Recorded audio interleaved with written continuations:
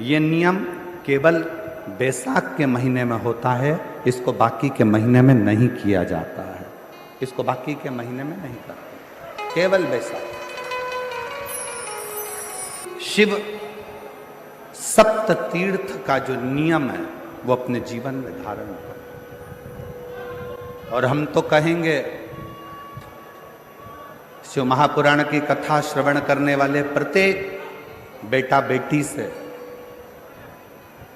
शिव महापुराण की कथा सुनने वाले प्रत्येक शिव भक्त से हम तो कहेंगे कि शरीर में कोई रोग नहीं भी है, संतान की प्राप्ति नहीं भी चाहिए, उच्च शिक्षा के लिए आप कर रहे हैं, अपने जीवन की खुशहाली के लिए कर रहे हैं, तो शिव का सप्त तीर्थ अनुष्ठान अवश्य करें, अवश्य करें और अपने जीवन को सार्थक करें।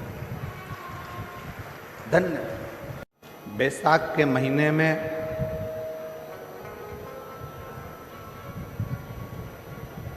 शिव सप्त तीर्थ का बड़ा महत्व है।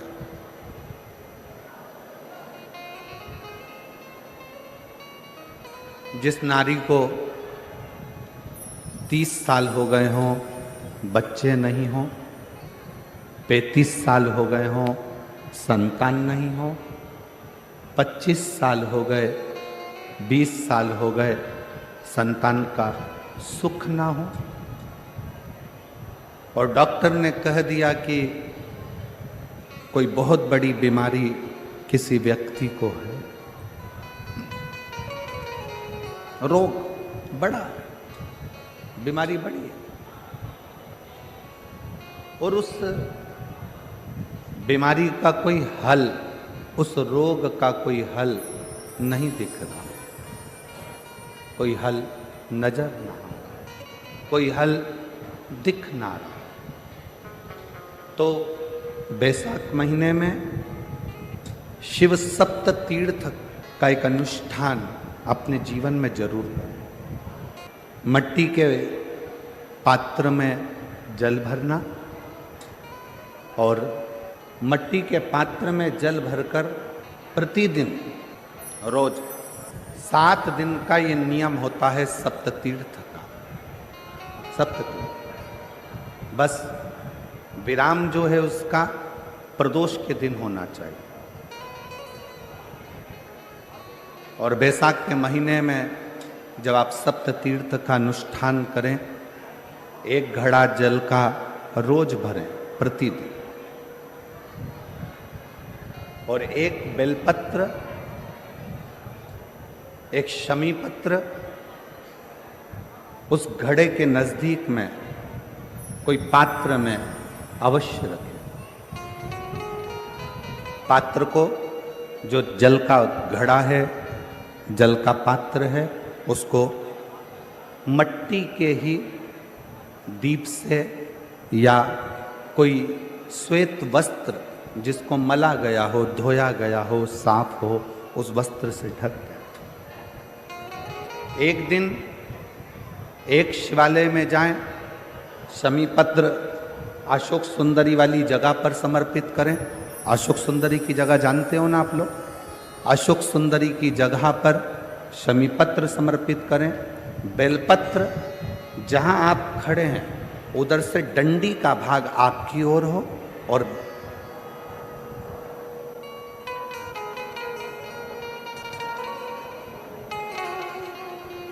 जहां आप खड़े हैं वहां डंडी का भाग आपकी ओर हो, और बेलपत्र शिव जी को समर्पित करा जाए।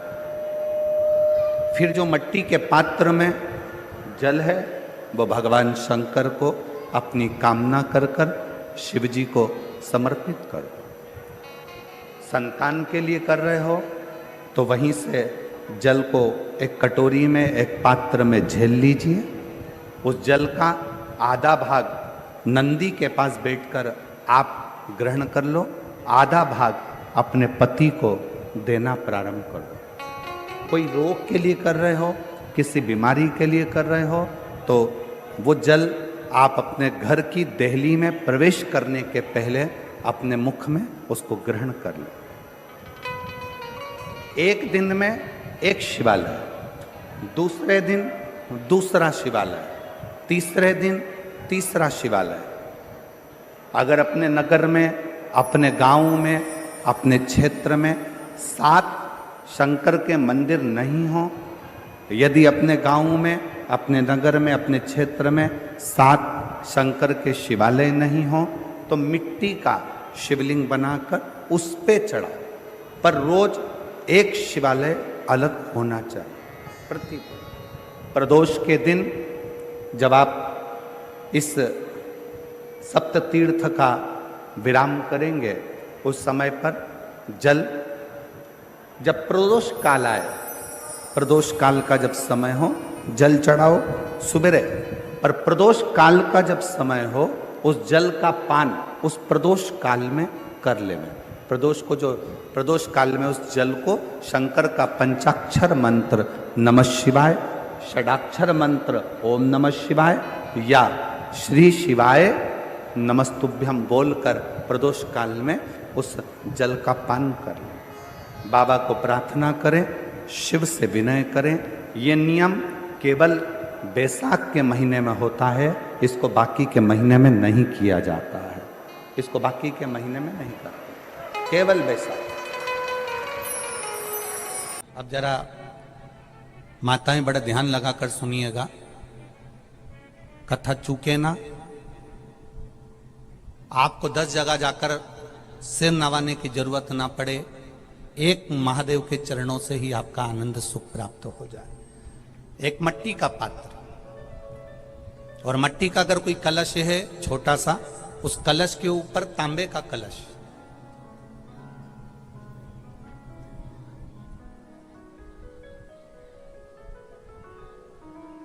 माता प्रसूति, दक्ष प्रजापति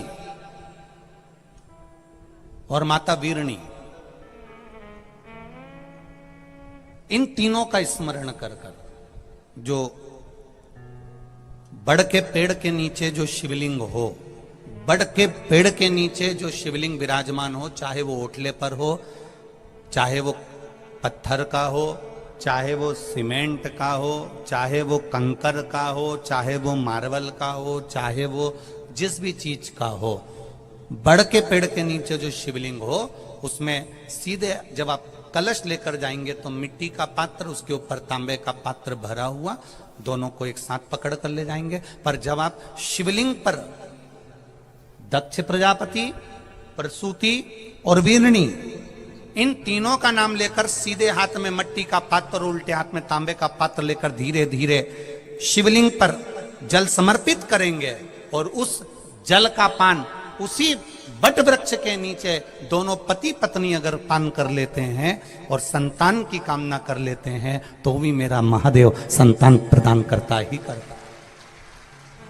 पर ये जो क्रम किया जाता है, ये केवल बैसाख के महीने में ही किया जाता है। इसके सिवाय इसको आप अन्य महीनों में नहीं कर सकते, केवल एक बैसाख में।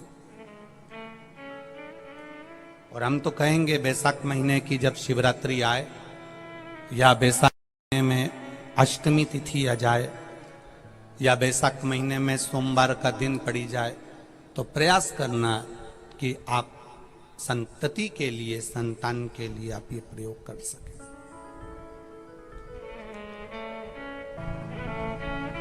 खाली ना जाता कोई दर से तुम्हारे, मैं भी खड़ा हूं नंदी बाहे पसारे।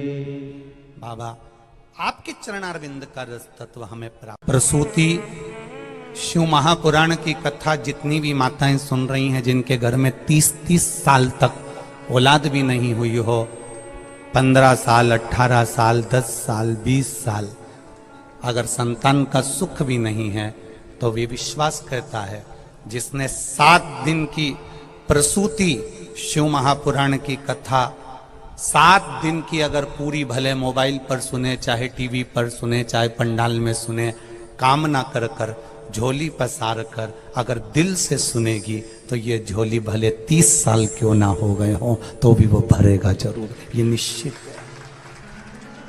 बैसाख के महीने में पार्थिव शिवलिंग के निर्माण का।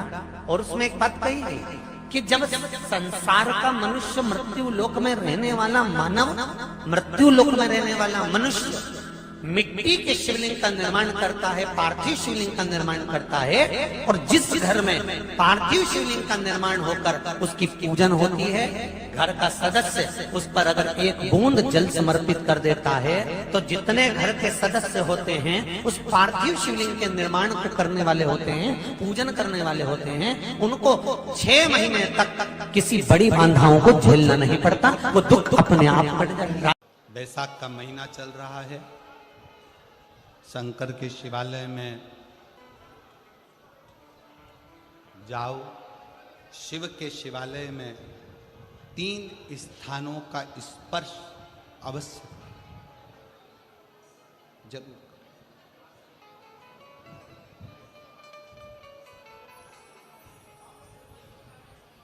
किसी मंदिर में शंकर जी के शिवलिंग को छूने नहीं देते, जैसे दक्षिण साइड में, साउथ में, तो अपने ही घर में जो शिवलिंग है उसके 3 स्थानों का स्पर्श अवश्य करें। समझिए,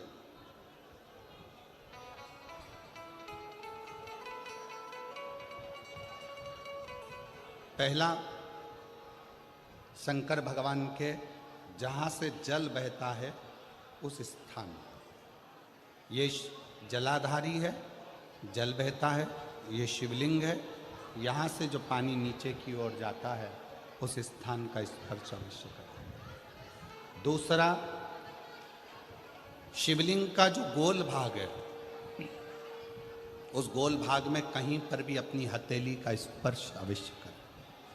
तीसरा, शंकर भगवान के शिवलिंग का जो ऊपर का भाग है वहाँ अपने अस्त्र का स्पर्श अवश्य करें। तीनों स्थान पर ब्रह्मा, विष्णु और महेश का स्मरण करते हुए जब बैसाख महीने में आप शंकर भगवान को जल समर्पित करें। शिव जी को जब बैसाख के महीने में जल दिया जाए तो दोनों हाथ से अंजलि में कलश रखकर शंकर भगवान की अपने हाथ की अंजलि में जल रखकर शिव जी को जल अवश्य समर्पित करें। 2 चीजें बड़ा स्मरण में रखिएगा। एक, बैसाख महीने में मट्टी के पात्र का जल। अभी क्या चल रहा है? फागुन। अभी क्या चल रहा है? फागुन। जब बैसाख का महीना आए ना,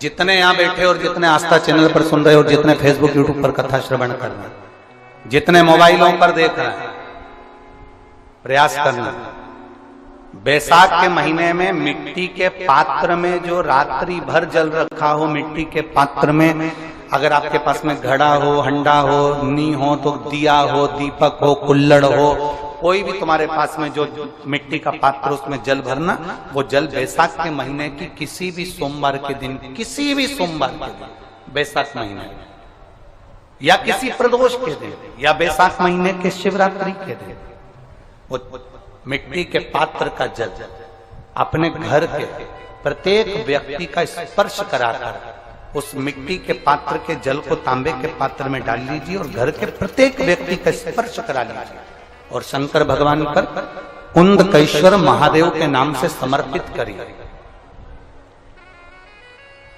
कुंदकेश्वर महादेव। कभी जीवन में पीछे पलट कर देखने की जरूरत नहीं पड़ेगी, आप उन्नति की सीढ़ी की ओर बढ़ते चले जाओगे।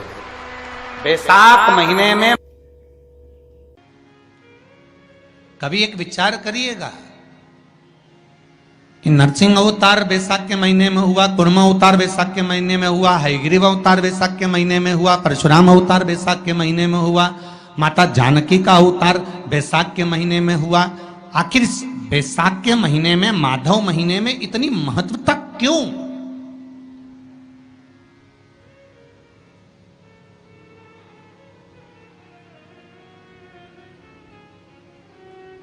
बैसाख के महीने में पड़ने वाली एकादशी, चतुर्थी, प्रदोष,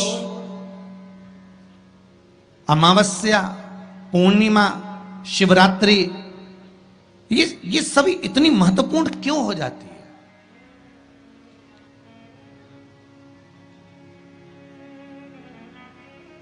इसकी महत्वता इतनी प्रबल क्यों हो जाती है? किस लिए? क्योंकि बैसाख का जो महीना पड़ता है, सूर्य की संपूर्ण तपन, सूर्य देव अपने पूर्ण तेज के साथ में, पूर्ण तेज के साथ में मृत्यु लोक के निवासियों पर, चाहे जलचर हो, थलचर हो, वायुचर हो, चाहे जो जीव हैं, उस पर जब किरण फेंकते हैं तो संसार का जो मनुष्य है उस पर जब ताप पड़ता है तो ताप पड़ने के कारण उसके मुख से भगवान का नाम निकल ही जाता है, स्मरण नाम निकल ही जाता है। जब उसके मुख से भगवान का नाम निकलता है तो वो भगवान की शरणागति खुद ग्रहण कर लेता है। स्वयं शरणागति ग्रहण कर लेना। बैसाख की पोथी पढ़ते हो आप लोग? आप में से अगर कोई पढ़ता हो बैसाख महीने की पोथी, तो उसमें एक वर्णन आता है। गीता प्रेस गोरखपुर के कल्याण अंक में भी आप ये पावन बैसाख चरित्र श्रवण कर सकते हैं। उसमें बैसाख महीने की पोथी में 10वें दिवस की कथा में 10वें अध्याय में एक व्याध और शंख मुनि का चरित्र आता है। शंख मुनि एक बार निकलकर भगवान शंकर के मंदिर में जल समर्पित करने के लिए जा रहे थे और शिव मंदिर की ओर जाते जाते जाते जाते जाते जाते बीच मार्ग में चलते चलते चलते चलते और वो शंख मुनि जब शिव के मंदिर में पहुंचे, शंकर भगवान के मंदिर में जाकर उन्हें दर्शन किया, जल का पात्र उठाया और वो जल का पात्र उठाकर जब भगवान शिव को समर्पित कर रहे थे तो उसी समय जल का पात्र उठाकर जब शंकर भगवान को समर्पित करा गया और शंख मुनि निकलकर जब बाहर आ रहे थे, आते आते शंख मुनि के मन में एक भाव उत्पन्न हो गया कि जब हम भगवान शिव को कुछ वस्तु समर्पित करते हैं तो उसका फल, उसका पुण्य फल हमें कितने समय में प्राप्त होता है। ये शंख मुनि के मन में एक विचार जागृत हो गया, शंख मुनि के मन में एक भाव जागृत हो गया।